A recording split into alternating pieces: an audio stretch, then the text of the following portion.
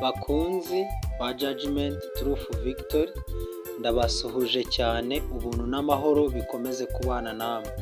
Nongeye kubaha ikaze rero muri rya jambo celebrations, aho tugenda tureba nibura uko twagerageza kuzuza imibereho yacu ibyishimo. Rero mbere y'uko nkomeza nakurarikira gukora subscribe. Umugambi wa subscribe ni ukugira ngo ibiganiro dutegura bihite bikugeraho mu buryo bwihuse, ubashe kubireba nimba ubona bigufitiye inyungu. Kandi ndatekereza yuko bigufitiye inyungu kubera yuko biraguhugura ndetse nanjye bikampugura kugira ngo bitume twese dutera imbere mu by'umubiri ndetse no mu by'umwuka. Rero celebrations mu mpine ni sel, niko nabyise, uzajya ugenda ukurikirana uko bigiye bimeze. Rero ubushize twarebeye hamwe inyuguti ya choice cyangwa amahitamo mu kinyarwanda. Rero amahitamo ni meza kandi ni umugenga w'ubuzima bwose. Twabonye ko rero nta muntu umeze nk'ikirwa cyangwa umuntu utuye ahe wenyine. Twabonye yuko amahitamo ugira akugiraho ingaruka, ndetse wowe ubwawe n'umuryango ndetse n'igihugu muri rusange. Rero ngerageje yenda kugenda nkwibutsa ibyo twabonye muri sel 002 cyangwa muri sel ya kabiri, aho twabonye amahitamo. N'uyu munsi tugiye kurebera amahitamo, aho umuntu agomba guhitamo neza. Rero nk'uko mubibona kuri aka kantu, murabona uriya muntu ari kugenda ariko ari gushaka kunyura mu nzira, none yabuze iyo ahitamo. Uyu mwanya rero nawe ushobora kuba ufite amahitamo menshi, amahitamo atandukanye, amahitamo y'ibintu byinshi, ariko uyu munsi ngiye kukurangira amahitamo meza. Nakubwiye rero ko kunywa itabi ari amahitamo y'umuntu, ndetse no kunywa ibisindisha nabyo ni amahitamo y'umuntu, no gushyira akamenyero mu bikorwa, kugira amagara mazima, nabyo ni amahitamo y'umuntu, ndetse n'ibindi byinshi bigiye bitandukanye. Rero nagerageje kukubwira uwo bita Dr. Nedra ndetse na Lester Breslow. Aba bari abashakashatsi bo muri Leta Zunze Ubumwe za Amerika, bayakoreye ahantu Berkeley muri California. Nyine ubwo bushakashatsi babukorera ngo mu ngo 6,928. Izo zari ngo bakoreyemo ubwo bushakashatsi. Rero ngo babonye uburyo bugera muri 7, ndimo ndagira ngo mbukwibutse uburyo bugera muri 7, aho abantu babukurikije nibura ikigero cyo gupfa cyagiye kigabanyuka. Ubwo nakurakira kugira ngo urebe video yabanje kugira ngo umenye ayo makuru neza. Rero uburyo bwa mbere babonye ngo gusinzira mu buryo buhagije. Mu buryo buhagije ni ugusinzira nibura hagati y'amasaha 7 kugeza ku masaha 8. Noneho uburyo bwa kabiri, kutagira ibyo urya hagati y'amasaha hagati y'amafunguro agenwe. Icya gatatu ni ugufungura ifunguro rya buri mu gitondo kandi rigize ryuzuye. Ibi tuzabireba ku nyuguti ya N cyane cyane, aho tuzaba tureba nutrition, nk'uko nabikubwiye yuko iriya celebrations ni amahame nibura 12 agenga ubuzima.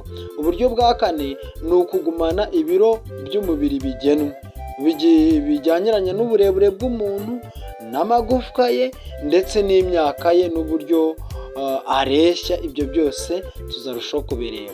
Ikindi cya gatanu, gukora imyitozo ngororangingo ya buri gihe, nacyo tuzakireba. Ntekereza yuko aricyo kizakurikira. Iriya C ariyo E ariyo ikurikiwe na exercise cya physical exercise, imyitozo ngororangingo tuzabirebera hamwe. Icya gatandatu, kudakoresha ibinyobwa bisindisha. Ibyo nabyo biri mu bintu byagaragajwe mu bushakashatsi bishobora gutuma umuntu arama. Kutanywa itabi ni cyari icya karindwi nacyo. Rero ni ubushakashatsi abadogiteri Nedra Berock ndetse na Lester Breslow bakoreye mu ngo 6928, hanyuma barangije bemeza yuko abantu bagerageje gukoresha ubwo buryo babasha kurama cyane. Rero muri uno mwanya mwiza, muri uyu mwanya ndifuza kukubwira ibintu byiza, ibintu byagufasha cyangwa amahitamo meza. Amahitamo meza.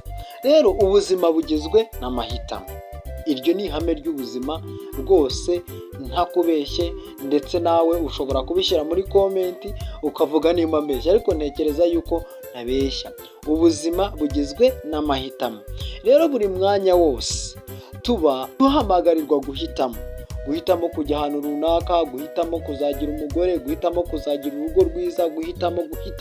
Ni ukuvuga ngo ubuzima bwose bugizwe n'amahitamo, kandi dushobora guhitamo neza cyangwa tugahitamo nabi mu by'ubu buzima.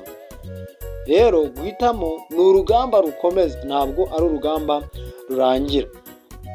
Rero urugamba nk'urwo runarwanwa mu ntambara y'iby'umwuka.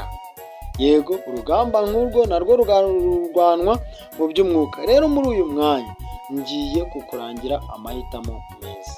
Amahitamo meza, tugiye kujya mu gitabo cya Yosuwa muri Bibiliya. Igitabo cya Yosuwa ni igitabo kiboneka mu bitabo by'isezerano rukuru. Turareba mu gice cya 24 ku murongo wa 15, aho tubona Yosuwa aho yavuze ngo uyu munsi nimwitoranirize uwo muzakorera. Arangije aravuga ngo ariko njye n'inzu yanjye tuzakorera Uwiteka.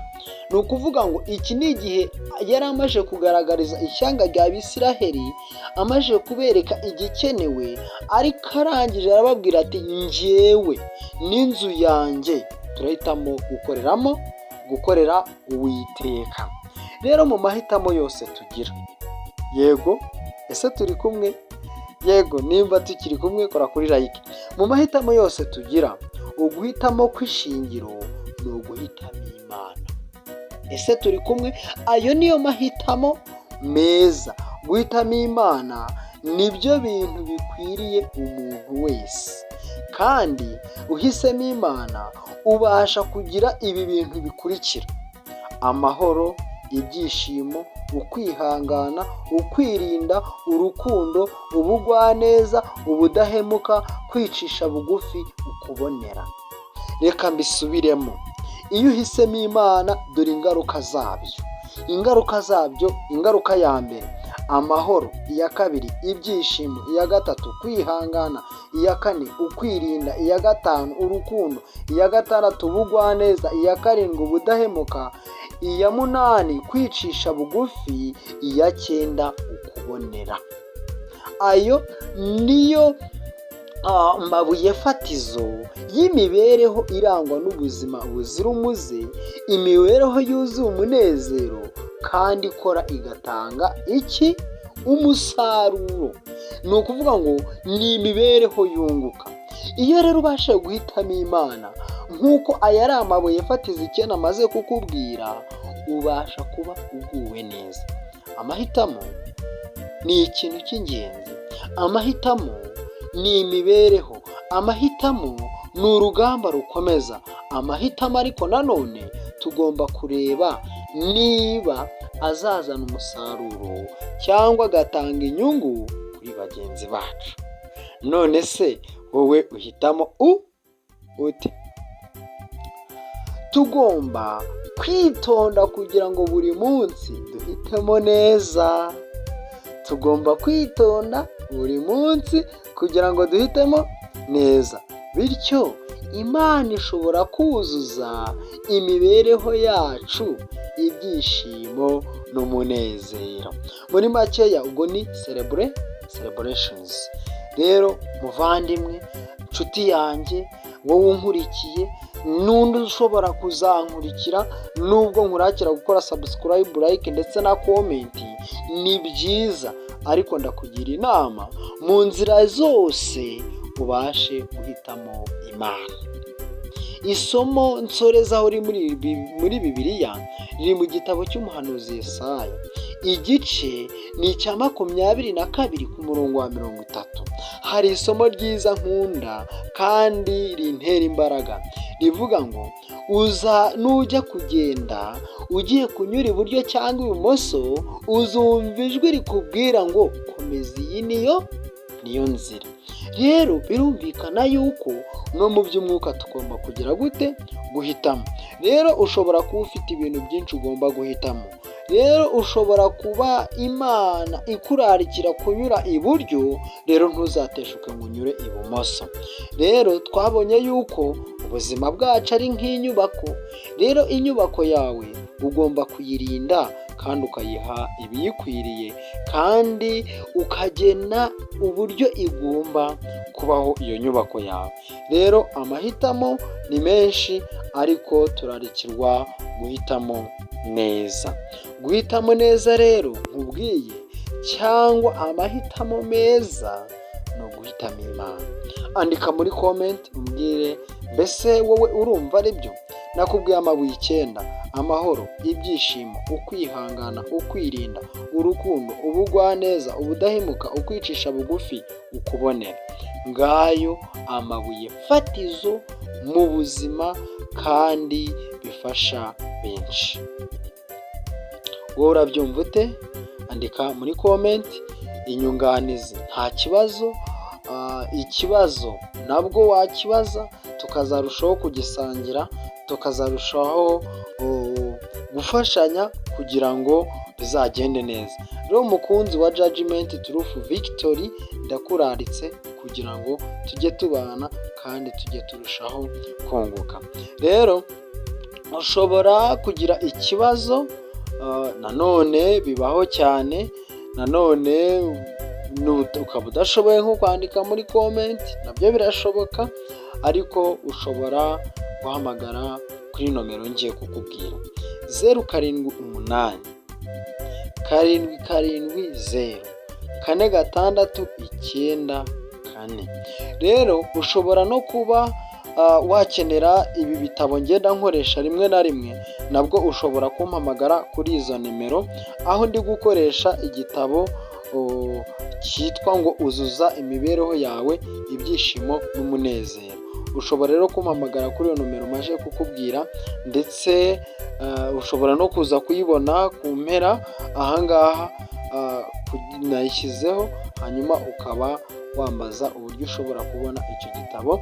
Nta kibazo, nabigufashamo, kandi reka nkwifurize kugubwa neza, nkwifurize amagara mazima, nkwifurize amahitamo meza azatuma uba ingirakamaro ahagukikije, uba ingirakamaro ku muryango, uba ingirakamaro ku gihugu, uba ingirakamaro ndetse no ku isi yose. Rero na sheya sinasoza ntakubwiye nti ushobora kuba wumvishe ibi bintu ari byiza, ibi bintu byubaka, ibi bintu bifasha, ndetse n'ibitekerezo byawe byose ndabikeneye. Ushobora gusharinga ku bavandimwe, kubasangiza, kugira ngo n'abandi babashe kumenya. Rero amahitamo ni menshi, ariko inzira ugomba kunyuramo nziza nkurangiye ni uguhitamo Imana yo mu ijuru, ikakuyobora, ikakurinda mu majya ndetse no mu maza. Dawidi yaravuze ngo ibyiza Uwiteka yangiriye nabimwitura iki? Arangije avuga ngo nzakira igikombe cy'agakiza. Nanjye nibyo nkwifurije, amahoro n'imigisha bibane nawe, amahoro ku Mana, uhahe uronke, rugira akomeze kubana nawe. Ciao ciao.